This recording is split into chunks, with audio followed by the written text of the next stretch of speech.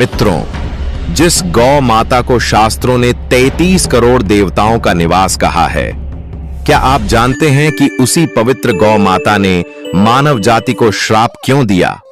क्यों आज मानव शिशु जन्म के तुरंत बाद नहीं चल पाते? क्यों गौ माता को ताजा भोजन मिलने के बावजूद बासी और झूठा अन्न खाना पड़ता है? और कौन सा भोजन उन्हें खिलाने से आपको मिलेगा अनंत पुण्य और कौन सा खिलाने से मिलेगा भयंकर पाप?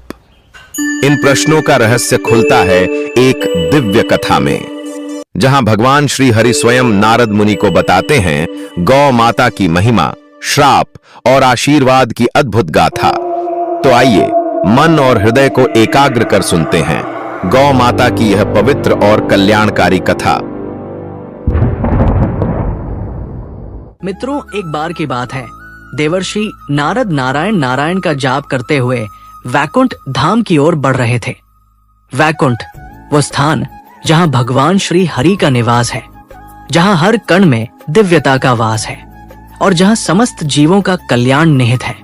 नारद मुनि, जो हमेशा से जगत के रहस्यों को जानने के लिए उत्सुक रहते हैं, आज उनके मन में एक विशेष जिज्ञासा थी। जैसे ही वे वैकुंठ में प्रवेश करते हैं, उनकी उपस्थिति से वहां का वातावरण और अधिक पवित्र हो उठता है।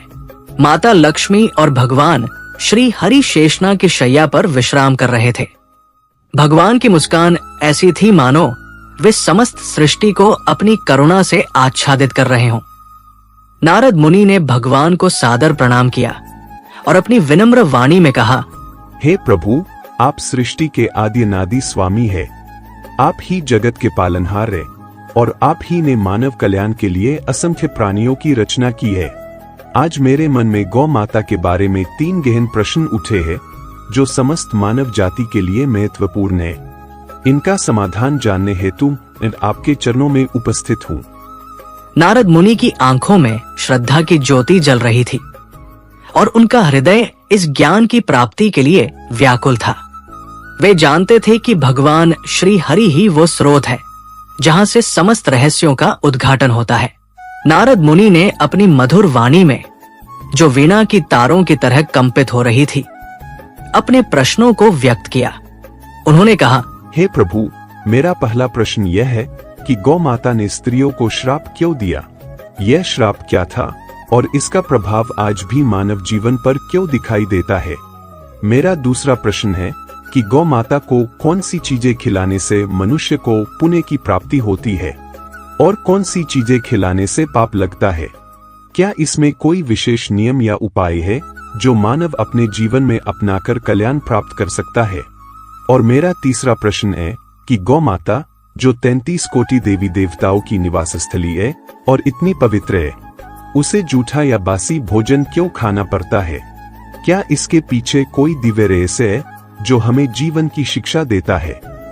नारद मुनि के इन प्रश्नों में न केवल जिज्ञासा थी, बल्कि समस्त मानव जाति के कल्याण की भावना भी छिपी हुई थी। वे जानते थे कि गौ माता हिंदू धर्म में माता के समान पूजनीय है और उसकी सेवा से जीवन के सभी दोष दूर हो सकते हैं। उनके प्रश्नों से वैकुंठ में एक गहन चिंतन का वातावरण बन गया और भगवान श्री हरि की आंखों में एक करुणामयी मुस्कान खिल उठी। भगवान श्री हरि ने अपनी करुणामयी मुस्कान के साथ नारद मुनि का स्वागत किया।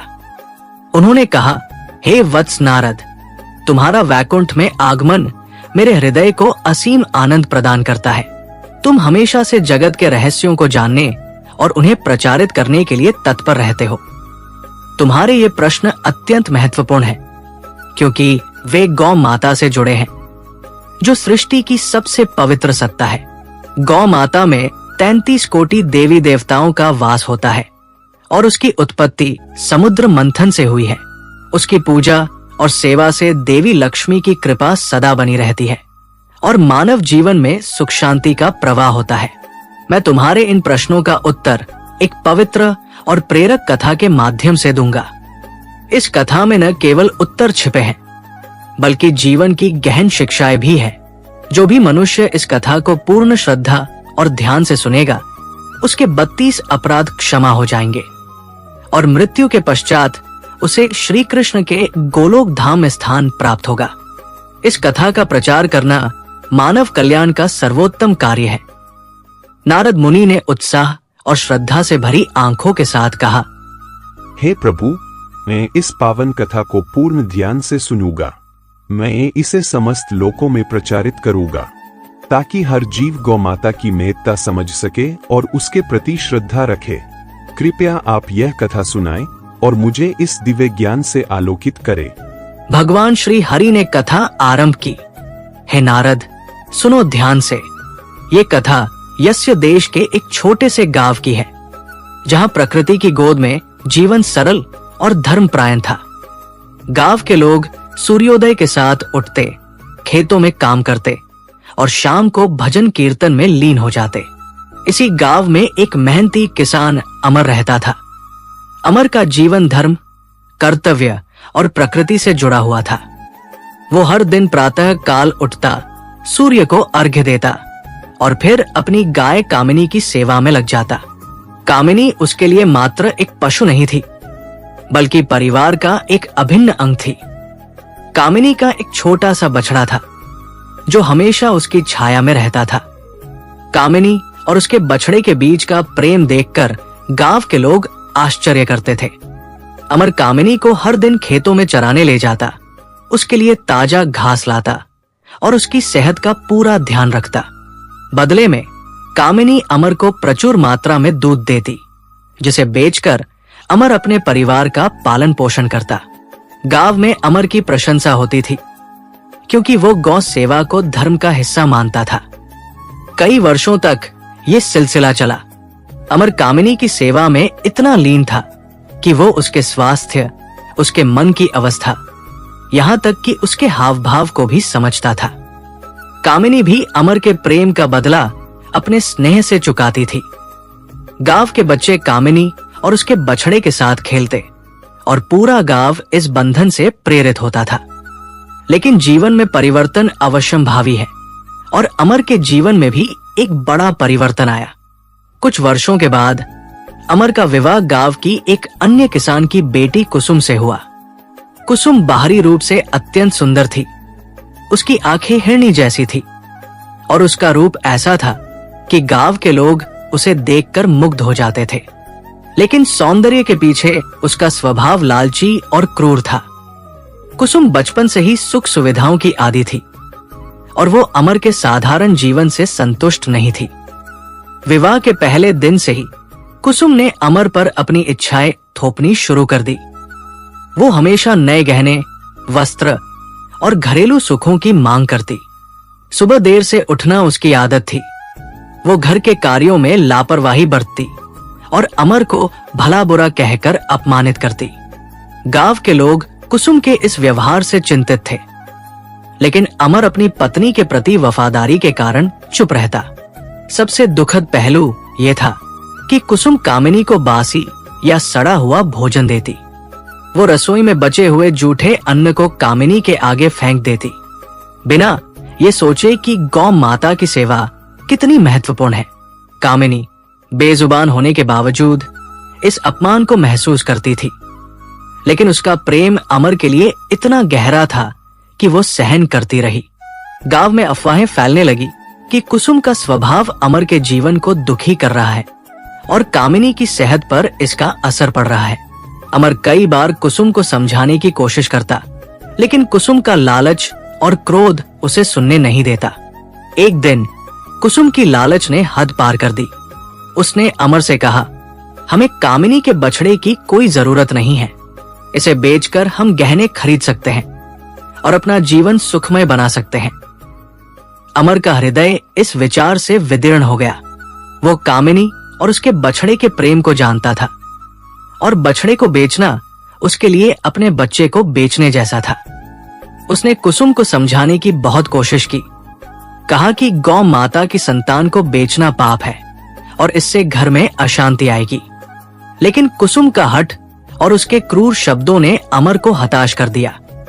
वो जोर जोर से झगड़ने लगी, अमर को अपशब्द कहने लगी और अंततः अमर ने मन मारकर बछड़े को बेच दिया। ये निर्णय लेते समय अमर की आंखें आंसुओं से भरी थी और कामिनी की करुण दृष्टि उसे ताक रही थी। बछड़े को जाते देख कामिनी ने दुख से करुण स्वर निकाला और अमर ने उसे सांत्वना देने की कोशिश की। गांव के लोग इस घटना से स्तब्ध थे और उन्होंने अमर को सलाह दी कि कुसुम का स्वभाव बदलना चाहिए, लेकिन अमर का हृदय टूट चुका था और कामिनी का दुख उसके लिए असहनीय था। दोनों एक दूसरे को ताकते रह गए, मानो उनके बीच का बंधन अब दुख की डोर से बंधा हो। कुछ दिनों बाद बछड़े के जाने का दुख सहन न कर पाने के कारण कामिनी ने दूध देना बंद कर दिया। कुसुम ने इसे अपना अपमान समझा और क्रोध में आकर कामिनी को अपशब्दों के साथ घर से निकाल दिया। उसने कहा, तुम अब किसी काम की नहीं रही, जाओ और कभी वापस मत आना। तुम्हारा दूध न देना हमारे लिए बोझ है। अमर ने कुसुम को रोकने की कोशिश की, लेकिन कुसुम का क्रोध अडिग था।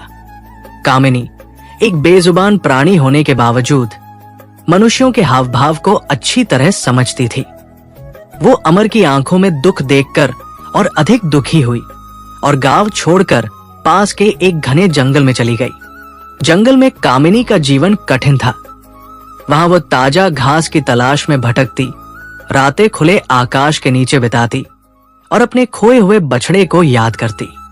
लेकिन उसका हृदय अमर के प्रेम से भरा था और वो उम्मीद करती थी कि शायद एक दिन अमर उसे वापस बुलाएगा। गांव में कामिनी के जाने से एक शून्य सा आ गया और अमर का जीवन और अधिक दुखमय हो गया। जंगल में कुछ समय बिताने के बाद कामिनी गर्भवती हुई। ये खबर उसके लिए एक नई आशा की किरण थी। उसने सोचा कि शायद ये नया जीवन अमर और कुसुम के हृदय को पिघलाएगा और वे उसे वापस घर ले जाएंगे। गर्भावस्था के दौरान कामिनी ने जंगल में कई कष्ट सहे। वो भोजन की तलाश में मीलों चलती, जंगली जानवरों से बचती और अपने आने वाले बच्चे की रक्षा करती, लेकिन उसकी ममता उसे शक्ति देती थी। जब जन्म का समय आया, कामिनी ने अमर के खेत में लौटने का निर्णय लिया। वहां पहुंचकर उसने एक सुंदर बछड़े को जन्म दिया। बछड़े का जन्म देखकर कामिनी की आंखों में खुशी के आंसू थे और वो सोच रही थी कि अब शायद उसका परिवार पूरा हो जाएगा। अगले दिन जब कुसुम खेत में आई तो उसने कामिनी के नवजात बछड़े को देखा। बछड़ा रक्त और मिट्टी में लथपथ जमीन पर रेंग रहा था। कंकड़ों ने उसके नाजुक शरीर को घायल कर दिया था और वो अपनी मां की ओर बढ़ने की कोशिश कर रहा था। कुसुम के मन में दया नहीं, बल्कि फिर से लालच जागा। उसने सोचा, इस बछड़े को बेचकर मैं धन कमा सकती हूं और कामिनी के दूध से हमारा परिवार सुखी रहेगा। कामिनी ने अपने बच्चे की पीड़ा देखी और तड़पते हुए कुसुम की ओर देखा। वो कुछ कर नहीं सकती थी, लेकिन उसकी ममता उसे बेचैन कर रही थी। बछड़े की यातना देखकर कामिनी का हृदय विदीर्ण हो रहा था और वो मन ही मन प्रार्थना कर रही थी कि कुसुम उसके बच्चे को उठा ले। जब कामिनी ने कुसुम को अपने नवजात की ओर आते देखा तो उसने करुण स्वर में याचना की, हे देवी, कृपया मेरे इस नन्हे शिशु को इस पीड़ा से मुक्त करें। इसके कोमल शरीर को कंकड़ चुभ रहे हैं और ये यातना सहन नहीं कर सकता। कुसुम ने बछड़े की ओर देखा जो दुर्गंध युक्त रक्त में लथपथ अपनी मां की ओर रेंग रहा था, लेकिन कुसुम को दया नहीं बल्कि घृणा हुई। उसने क्रूरता से कहा, मैं तुम्हारे इस गंदे बछड़े को क्यों छूं? ये घिनौना है। और वो वहां से चली गई। कामिनी ने रोते हुए, गिड़गिड़ाते हुए हृदय की गहराई से विनती की, लेकिन कुसुम का क्रूर स्वभाव अडिग रहा। वो बार बार पुकारती रही, लेकिन कुसुम ने उसकी बातों पर ध्यान नहीं दिया। अंततः कामिनी ने हृदय से भगवान श्री कृष्ण को पुकारा, हे प्रभु, मेरे इस निर्दोष बछड़े को ऐसी यातना क्यों?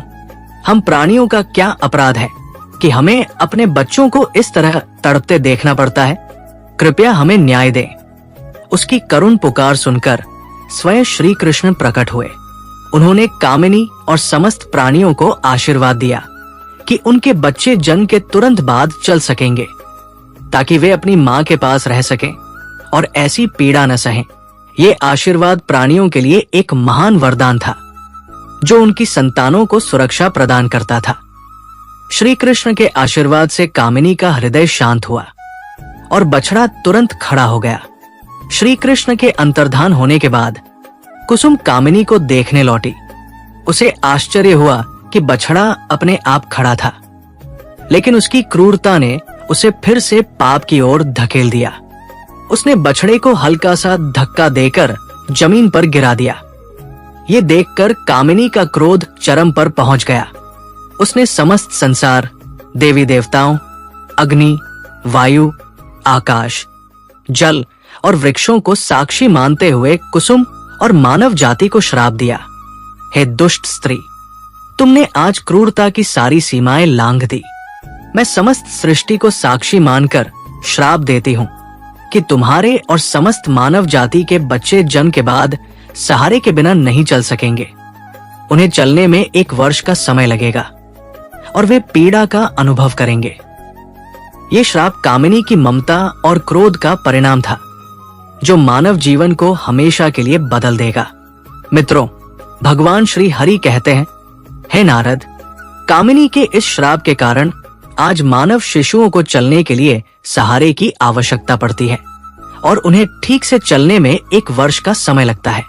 सतयुग में मानव बच्चे जन्म के तुरंत बाद चल सकते थे, लेकिन इस श्राप ने मानव जीवन की संरचना बदल दी। ये श्राप हमें सिखाता है कि क्रूरता का परिणाम हमेशा दुखद होता है और गौ माता के प्रति सम्मान रखना आवश्यक है। उसी दिन संध्या समय जब कुसुम घर लौट रही थी, कामिनी के श्राप का प्रभाव प्रकट हुआ। आकाश में बादल घुमड़ने लगे, तेज वर्षा शुरू हुई और बिजलियां कड़कने लगी। भयभीत कुसुम एक वृक्ष के नीचे शरण लेने रुकी, लेकिन नियति ने उसे दंडित करने का निर्णय लिया। उसी वृक्ष पर बिजली गिरी और कुसुम की मृत्यु हो गई। उसकी आत्मा यमदूतों द्वारा धर्मराज के दरबार में ले जाई गई। वहां चित्रगुप्त ने कुसुम का लेखा जोखा प्रस्तुत किया। चित्रगुप्त बोले, महाराज, इस स्त्री ने अपने पति अमर का कभी सम्मान नहीं किया। वो देर से उठती, निर्वस्त्र स्नान करती और पूजा पाठ से दूर रही। उसने गौ माता को जूठा, बासी और सड़ा हुआ अन्न खिलाया, जो कीड़े भी न खा सके। सबसे बड़ा पाप, उसने कामिनी के नवजात बछड़े की पीड़ा की उपेक्षा की और उसे धक्का दिया। उसके पाप इतने अधिक हैं कि उन्हें गिनाने में दिन लग जाएगा। धर्मराज ने क्रोधित होकर कहा, इस स्त्री को कुंभीपाक नरक में तला जाए, फिर जहरीली वैतरणी नदी में डाला जाए और इसे 16 नरकों की यातनाएं दी जाएं। यमदूतों ने कुसुम की आत्मा को इन भयंकर नरकों में डालकर 1 वर्ष तक यातनाएं दी। वो चीखती रही, रोती रही, लेकिन उसके पापों का बोझ कम नहीं हुआ। सजा पूर्ण होने पर धर्मराज ने उसे स्वर की योनि में जन्म लेने का दंड दिया, जहां उसे कीचड़ में रहना और दुर्गंध युक्त पदार्थ खाना पड़ा। ये सजा गौ माता को जूठा भोजन देने के पाप का परिणाम था। मित्रों, भगवान श्री हरि कहते हैं, हे नारद, जो भी व्यक्ति गौ माता को जूठा, बासी या सड़ा हुआ अन्न खिलाता है, उसे नरक की यातनाएं भोगनी पड़ती है, जैसा कुसुम के साथ हुआ। गौ सेवा से पुण्य प्राप्त होता है, लेकिन अपमान से पाप लगता है। गौ माता को ताजी रोटी और हरी घास खिलाने से असीम पुण्य मिलता है। कुंडली दोषों के लिए विशेष उपाय है, जैसे चंद्र दोष के लिए घी लगी रोटी, शनि दोष के लिए तिल मिली रोटी आदि। नियमित सेवा से पितरी दोष दूर होता है। हे नारद, अब सुनो सतयुग की वो घटना। भगवान भोलेनाथ और माता पार्वती समुद्र तट पर विहार कर रहे थे। शिवजी ने मजाक में पार्वती को अकेला छोड़ दिया। शिवरात्रि पर पार्वती ने रेत का शिवलिंग बनाकर पूजा की। शिवजी ने मजाक में प्रमाण मांगा और गाय ने अनजाने में झूठी गवाही दी। पार्वती ने क्रोध में गाय को जूठन खाने का श्राप दिया। मित्रों, आशा है कि आज की ये दिव्य कथा ने आपके हृदय को अवश्य स्पर्श किया होगा। गौ माता का महत्व और भगवान श्री हरि की कृपा का संदेश हम सभी को जीवन में धर्म, सेवा और करुणा अपनाने की प्रेरणा देता है। अगर आपको ये कथा अच्छी लगी हो तो कृपया इस वीडियो को लाइक करें और हमारे चैनल मिथोलॉजी स्टोरी को सब्सक्राइब करना न भूलें। आपके एक छोटे से क्लिक से हमें और भी प्रेरणा मिलती है कि हम आपके लिए ऐसी ही अद्भुत, प्रेरणादायी और जीवन बदल देने वाली कथाएं लाते रहें। साथ ही कमेंट बॉक्स में लिखना मत भूलिएगा, जय श्री हरि, जय गौ माता, ताकि ये संदेश अधिक से अधिक लोगों तक पहुंचे और हर किसी के हृदय में श्रद्धा का भाव जागृत हो। यदि इस कथा को सुनने के बाद आपके मन में कोई प्रश्न उत्पन्न हो रहा है, कोई जिज्ञासा है, तो आप बेझिझक हमें कमेंट बॉक्स में लिखें। हम आपके प्रश्नों का उत्तर अवश्य देंगे और आगे की कथाओं में उन रहस्यों पर प्रकाश डालेंगे। याद रखिए, आपका एक लाइक, एक कमेंट और एक सब्सक्रिप्शन न केवल हमें प्रोत्साहित करता है, बल्कि इस पावन संदेश को और भी दूर दूर तक पहुंचाता है। तो मिलते हैं अगली अद्भुत और प्रेरणादायी कथा में। तब तक के लिए जय श्री हरि, जय गौ माता। धन्यवाद।